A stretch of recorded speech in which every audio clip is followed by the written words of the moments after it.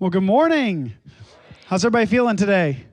Good, feeling rested and relaxed after fall break. Man, I hated that I missed being here with you guys last week, but I'm excited to be back with you. Today is a very special day for a couple of reasons. The first one is this.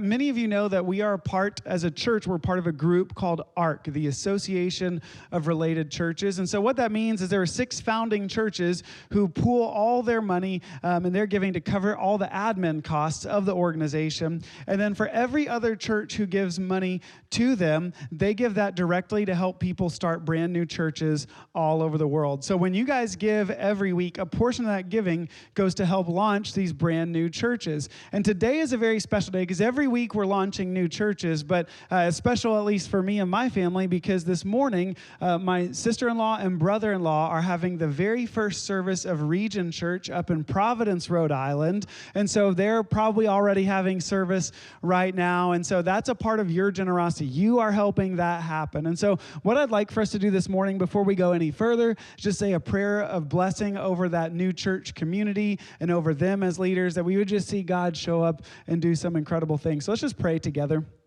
God, we're just so thankful for Leslie and for Hannah and their leadership and their obedience to you.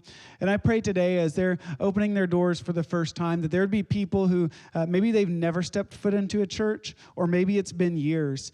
Maybe they've walked away from you, or maybe they're just looking for a community of believers, that whatever it is, God, you would meet people right where they're at, that you would minister to them, they would experience you, and their lives would be forever changed. And I pray that it wouldn't just be about today in this service, but for the years in the future of continued faithfulness, ministering to Providence, Rhode Island. So God, would you bless them? Would you give them peace? Would you change lives this morning? In your name I pray, amen. Well, ma'am, the other reason I am excited today is because we are launching a brand new series. Before we do that, can we just give it up for our student director, Keith, as he closed out the series last week? He did a phenomenal job. You know, this series is special to me because this one has been several years in the making. Now, let me kind of establish expectations from the beginning. I have not been crafting these messages for years, okay? So don't expect the best sermon you've ever heard, okay? Let's just lower the bar here.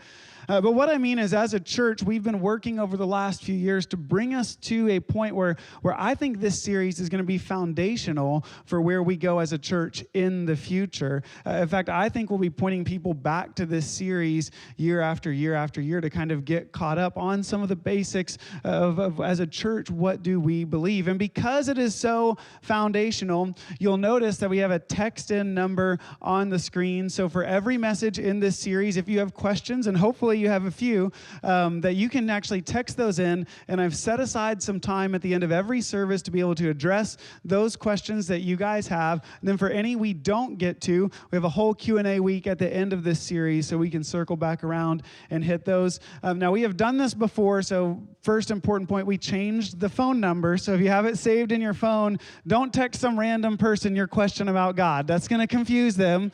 So make sure you have the correct phone number. But the other thing that we're going to do, we're trying this out, and it may be a little awkward, but we're just going to lean into the awkwardness. At the same time that I'm addressing any text-in questions, we'll have somebody floating around the room with a microphone. And so if you have a question at the end, just raise your hand. We'll come over. Now, I will tell you, you're not allowed to touch the microphone. And it's not because I don't love you, but I know everybody has a 40-minute preface to every question that they have. And so we just want to make sure that we honor everyone's time. And so there will be space for that at the end of every service during this series. But really what we're going to be talking about over the next 6 to 7 weeks in this series, we're looking at what is the overall story that the Bible is telling. And the reason I think that this is so important is because I think that you go to just an average, ordinary person who's been in church for years. Maybe they've even read their Bible cover to cover. They've led Bible studies before. And if you were asked them, what is the story the Bible is telling, they might give you an answer something like this. Well, the Bible tells us that all of us are sinners and that God sent his son Jesus to die on the cross so we could go and be with him in heaven forever. Now, while there's parts of that story that are true, that is only a portion of the story that the Bible is telling. Like what the Bible is getting at is this point that is greater than that. It's bigger than that. It's beautiful. It's about how God wants to renew all of creation. And yes, he invites us into that, but that's only a smaller part of the larger story.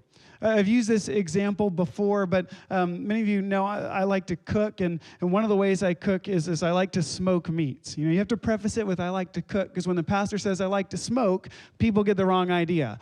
So I love barbecue, especially in the fall when the weather's dropping. So I like to have people over. Let's watch football together. And man, if I was telling you my process, I could tell you how it all starts at the grocery store. You got to pick the right cut of meat, right? You got to make sure the right amount of fat is on it. And then what you got to do, I'm going to brine it overnight. We're going to get it all nice and flavorful. And then the next morning when I get up, I'm going to go ahead and fire up the smoker. And then I have a proprietary blend of seasonings that I will put on that have been perfectly curated to give the best bark and the best flavor. I could tell you how I will smoke it. I can tell you how long to rest the meat after it comes off the smoker so it can absorb all the juices. We can talk about how we're going to pull it, how we're going to serve it. Pro tip, if you ever serve barbecue, serve it with buns, because people will put less on the plate and then you have more for leftovers later. People always put, you want to pile a whole thing of barbecue on there. You're not going to eat all of it, right? Just put it on a bun. It'll be fine. Now, we could talk about all this and the meals we've had and the people we've had over. And if what you got out of that is, did you know Matt has a special blend of spices he uses on his barbecue? While that might be true, that totally misses the point of what I'm trying to communicate. And while it's true that Jesus came and he died to defeat sin and death, and he has made a way for us to be with God forever, that's such a small part of the grander story. And the sad thing is, what that does is that version of the story puts all the focus on me. What do I get out of what Jesus did for me? I become the hero and the focal point of the Bible. And while the Bible speaks to me, it is not about me. It is about God. It's about Jesus. It's about his work in the world. And man, it is such a beautiful, revolutionary story. And he is inviting us to be a part. And so over the next several weeks, we're going to look at what is the story the Bible is actually telling. I think one of the most helpful ways for us to think about this story is that the Bible is a story in 6 different acts. So you've heard of like a 1-act play or a 3-act play. There's 6 different acts or movements throughout the Bible. So I just want to give you the overview right off the top. That Act 1 starts with creation. By the way, I think that's important to note because sometimes when you think about the Bible, we start with sin, but that's not where the Bible starts. It gives us a picture of God's intended design for his creation. But then, yes, in Act 2, quickly we move into the fall. And that is where sin and death do enter into the world. But in Act 3, we get to know the nation of Israel. See, I think, again, it's so important. Because if the Bible is simply a story about how you get to heaven when you die, then you might as well rip out half of the Old Testament, because why on earth does this apply to me? And what we're going to see is there is so much of what God has done through Israel that is relevant and applicable to our lives today. And then we get to Act 4, which is all about Jesus. And see, Jesus becomes the culmination of Israel and everything that's happened before that. And then Act 5, I love this one. This is where we play a part. It's the church. And see, we're actually playing a part in the work that God is doing in the world. And then the culmination, the only act we have not experienced yet in history is Act 6, and that's new creation. We're even going to look at how the Bible ends and what it talks about. And by the way, we did a whole series going through the book of Revelation, what it is not. That was about 1.5 years ago, so you can check that out on our website or on our YouTube page, because I can only fit so much in one sermon, right? Like sometimes you got to have a whole series to unpack each of these ideas. But we're just going to go through each of these acts one at a time. And so kind of the difficult part of this is, sometimes we're going to, today we're going to talk about Act 1, which is creation. And some of you are going to want to jump ahead. Let's talk about the fall, or can we jump ahead to talk about Jesus? And man, those are great things. But we're going to try our best to discover what does each act say for us today. And so when we talk about creation, the easy thing to do is we're just going to start on page 1 of the Bible, Genesis chapter 1 and chapter 2. Now, if you've been around church long enough, you know that there are debates going back centuries on, okay, Genesis chapter 1, talking about how God created the world. Did God create the world in 7 literal days? Did he create the world over a period of time? And there's all of these questions we have about the beginning of creation. But see, when we read the Bible, we have to be very, very careful, because we have to remember the number one rule of reading your Bible is to understand the context. Everybody say context. Okay, so here's what that means. I know some of you are like, Matt, you know all this stuff about, the background and the stuff. And by the way, I don't know that because I'm smart. Like, that's my job. I get paid to read a lot, and I love it. It's my introvert self loves what I do. But when we ask ourselves about context, really the baseline question we need to ask ourselves is, what was the original author trying to communicate? Because every author in the Bible has an agenda. They're trying to communicate something, but if we try to get the text to answer questions that it's not trying to answer, what we're going to realize is we've constructed a totally different story. I think to illustrate this point, I want to show you guys a trailer from a Scandinavian horror film that was released a few years ago, and I think as you watch this clip, you'll understand what I mean about context.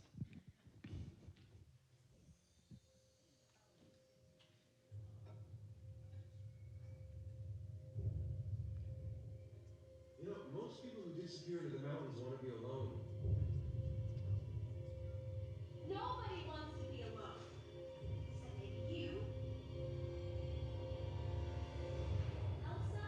It's me.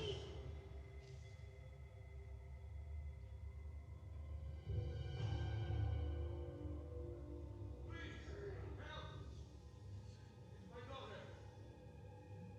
Do you want a big snowman? Oh, magic. Safe. Snowman? Elsa, what have you done? Kill Elsa.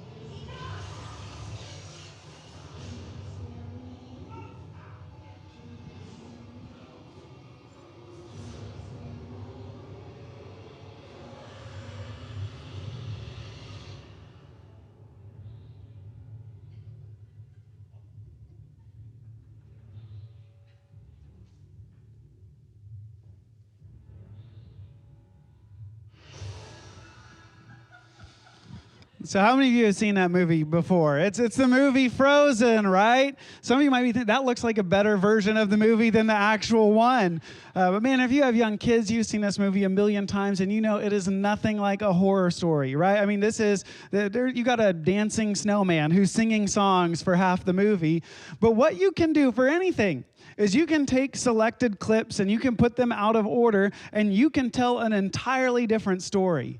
And I think the danger when we come to the Bible is that we will pick and choose different selections. We will put them together to tell a story the author never intended. I think that's so important for us to understand, because in Genesis chapter 1, we might come with all of these scientific questions, but the original author of Genesis is not writing a science textbook. That's not the question that the author's trying to handle. What the author's trying to do is give a theological perspective of who God is, what is his purpose of creation, and how do people fit into that. Are we tracking so far? And so we have to read the Genesis chapter 1 text with the question, what theological point is the author trying to communicate? And with that in mind, let's jump in to Genesis chapter 1, verse 1. It says, "In the beginning, God created the heavens and the earth. Now the earth was formless and empty. Darkness covered the surface of watery depths, and the Spirit of God was hovering over the surface of the waters. And then God said, 'Let there be light.' And there was light. And God saw that the light was good. And God separated the light from the darkness. And God called the light day, and the darkness he called night. There was an evening, and there was a morning, one day." So these are the opening lines of the Bible. And I want us to pay careful attention here, because sometimes we think, well, the author's trying to get us to understand where did all the material things in the world come from. But notice how it begins. In the beginning, God created the heavens and the earth was formless and void. I love the way one Bible scholar, Tim Mackey, translates it, wild and waste. Because in the original Hebrew, it's not saying there wasn't anything there, but it was all chaotic and disorderly. In fact, it said the Spirit was hovering over the surface of the waters, right? Like there was something there. The waters always represented chaos in ancient cultures. And what God does is out of the chaos, he begins to bring order. And if you're familiar with the story, you know that there's kind of 6 days of creation. Then on the 7th day, God rests. But did you know that this pattern that the author describes is not a pattern that's unique to the Bible? I mean, this is where I'm relying on people who are a lot smarter than I am. And by the way, at the end of each message, I'm going to have some recommended resources if you're curious to discover more about this kind of stuff. But this kind of pattern of 6 days and then rest on the 7th was a very common pattern for ancient temple ceremonies. So when a new temple was built, you'd have instructions. Here's the different rooms. Here's the different arenas. And then the next part would be, here's what goes in those arenas. And then on the last day, the God would rest inside the temple. The God's Spirit would fill up the temple. We actually see this in the Old Testament. We see it in ancient documents from communities that surrounded the Jewish community itself. Say, well, what does this have to do with the text? I want to point something out, and I think we've talked about this before, but notice the order of creation. In day 1, God separates the light from the dark. So he's creating 2 different arenas. Then in day 2, he separates the water above from the waters below. That's another arena. And then in day 3, he separates the land from the waters. He talks about pulling the land out of the water. So you have all these different arenas. All right, are we tracking so far? I got my visual aids this morning. Now notice what happens on day 4. God creates the sun, the moon, and the stars. He's populating that first room or arena that he created. In day 5, he has the water creatures and the air creatures that are populating the arena or the room he created before. And in day 6, he creates the land animals, which populates the arena that he had done before. Do you see how this kind of fits and flows together? Very common way to describe the construction and the blessings of ancient temples. And then on day 7, God rests. But before he rests, we kind of reach the climax of the creation story. What was the last thing that God created? Anybody? Man, right? Adam and Eve, the last things that God created. But I want you to pay attention to the wording that the Bible uses to describe Adam and Eve. Genesis chapter 1, verse 26. Then God said, "Let us make man in our image, according to our likeness. They will rule the fish of the sea, the birds of the sky, the livestock, the whole earth, and the creatures that crawl on the earth." So God created man in his own image. He created him in the image of God. He created them male and female. It actually talks about God creating Adam and Eve in his image. Now, it's very important for us to understand what an image of a God is, because what this does not mean is that God's walking around with fingers and toes like you and me, especially because you can get in some weird stuff where it's like, well, male and female, so what is God's body looking like? Like, that's not the point the author is trying to make. But in that culture, inside of a temple, they would oftentimes place an image that would rule and reign in the temple on God's behalf. In fact, this blew my mind. In some ancient cultures in this area, on the final day, they would actually take these sculptures, these images of the god. The priests would go in and breathe on their lips to symbolize that God's spirit filling the image. And then anything you did in the temple was facilitated by that image of God.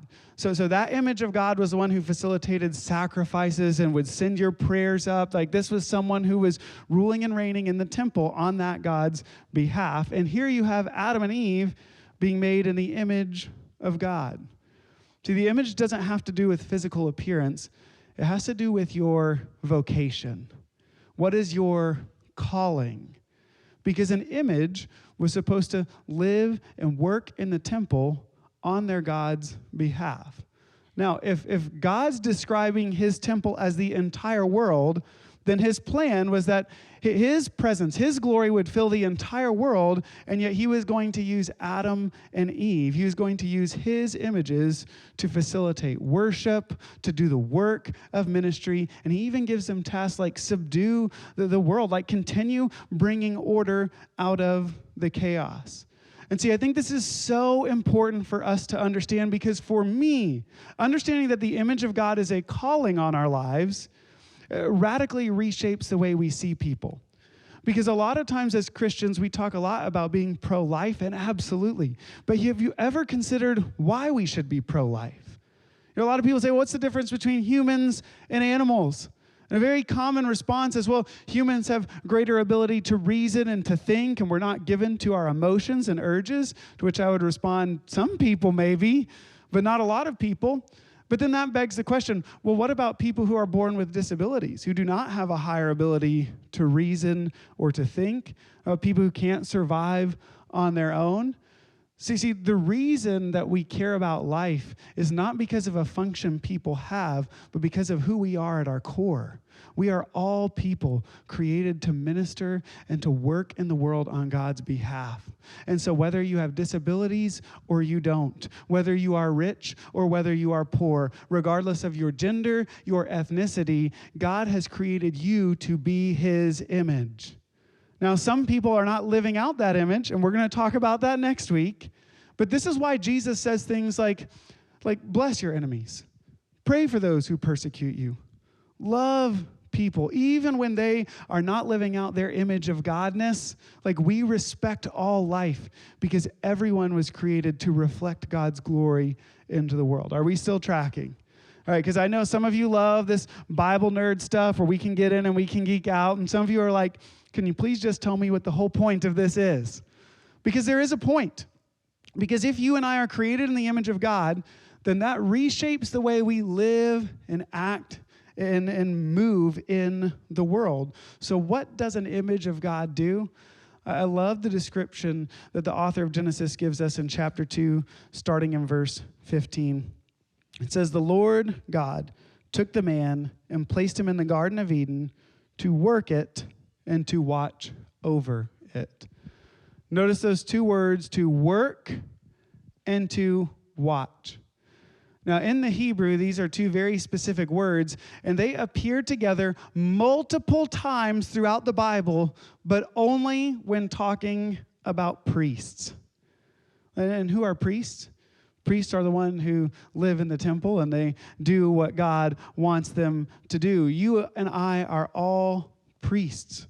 We are ministers. And see, I think one of the biggest mistakes that we make oftentimes is we think, well, Matt, what you do, you're the minister here. No, like I have this weird calling where I get to teach you guys, but this, what we're doing here, this is not ministry here. This is teaching here, which is a good thing. But ministry is what we have all been called to do. And one of the biggest disservices we make to our students is we look at those who are the best and the brightest and obviously have a lot of gifting and talenting and say, you know what you should do with all that? You should go to Bible college so you can stand on a stage every week. And I wonder if what we need is less pastors on a stage, what we need is more ministers in a cubicle. What we need is more teachers who are living out their calling in the school place. We need more parents who recognize that raising kids is a ministry that God has given you, that whether you're an accountant or a lawyer, we all have a greater calling on our lives. It's what theologians have called vocation, because it's not a job, right? Like, you know, your calling and your job aren't the same thing. Like maybe for some of you, like I remember having a lot of jobs that I did not feel like was my calling. Like it's hard to feel like an eternal purpose behind being a delivery driver for a lighting company, right? Like, okay, this doesn't feel like I'm really doing anything. But see, all of us have a calling, and the calling is to work and what? Watch. So I want to talk about those two words for just a moment. The first one is work. Now, it's important for us to know, like work, that is not punishment for sin. Right? Like this is before sin enters the world. Work is a gift to us from God. It is the calling that he has given us. And what is the specific kind of work? Was to continue what God was doing, bringing order from chaos, bringing out beauty out of ugliness, bringing out light from the dark. This is the kind of work that God has called us to. Now, what you'll understand, or what you'll probably pick up real quickly, is that that kind of work is not dependent on a career that you have. That kind of work does not matter what your job entails, but this kind of work, this kind of ministry can be done no matter what. Or there's a company I worked for where the technical title, I was the inventory control manager, which really meant I just ordered the stuff and unloaded it from the truck when it came in. Like, that was kind of my job. And I remember I sat in a converted, like it was an office that was actually a closet. Like, I had like every plug in the office plugged in right next to my desk, and kind of sit there and I'm ordering stuff. And really the only interaction I ever had with other people was when the delivery drivers would come to drop stuff off. And so I was really wrestling with, well, how can I take this job, but really use it for my calling? Because I know my calling, I have a heart for people, and I really want to help people in their relationship with God, and even in their relationships with other people. And so what I decided to do was, I'm just going to have a cooler with some drinks and some snacks, so when the delivery drivers drop their truck off, they're not unloading the stuff. I got to unload it. So they sit there. They're a captive audience. So I gave them snacks, and then I got to learn about the lives of these people I saw 2 or 3 times a week. I had to learn how one of them had a son who was actually a player in the NFL. And we got to bond and connect over that. There was another one who was getting close to retirement, and he had this whole barbecue business like set up and ready to go. And man, I really just got an opportunity to talk to people who never would set foot in this church. I got to minister to people that I will never get to minister to right now, but just because I'm trying to figure out, how do I live out my calling regardless of my job? The beautiful thing about this is that, like, my whole family, they're teachers. And as teachers, they have an opportunity to really bring some order where there is chaos. Because you never know the students who are walking into your classroom, what kind of family background are they coming out of? What kind of issues are they dealing with? Even, like, are there special needs issues that they can help with? And they have done so much ministry over the years, and they may not even think of it as ministry, because it's just who they are and what they do. Like, you're a stay-at-home parent, like that's a calling. Maybe not everybody is called to do that, but I remember watching my wife when our kids were really little, and the same thing day after day, right? Changing diapers, like your whole schedule revolves around nap time. Like that doesn't always feel like the most rewarding and filling in that moment. But to realize that every day that passes, what you're doing is you're actually raising people to actually live out their image of Godness. I think it was Andy Stanley who said something of the effect that your greatest contribution to the kingdom of God may not be something you do, but someone you raise. Like, you can be an accountant, and trust me, accountants certainly bring order where there is chaos. But man, even in being an accountant, maybe that's your job, but you have a calling and a passion for music or for art, which, by the way, bringing out beauty in the world, that is something that we are called to do. Regardless of our job, we have work. We have a ministry that God has called us to do. You are ministers, and we're called to work in the world. Now, not only are we called to work in the world, we're also called to watch over it. We're supposed to care for it. And I know that sometimes people get a little frustrated because somehow caring for the earth has become this like hot button political topic.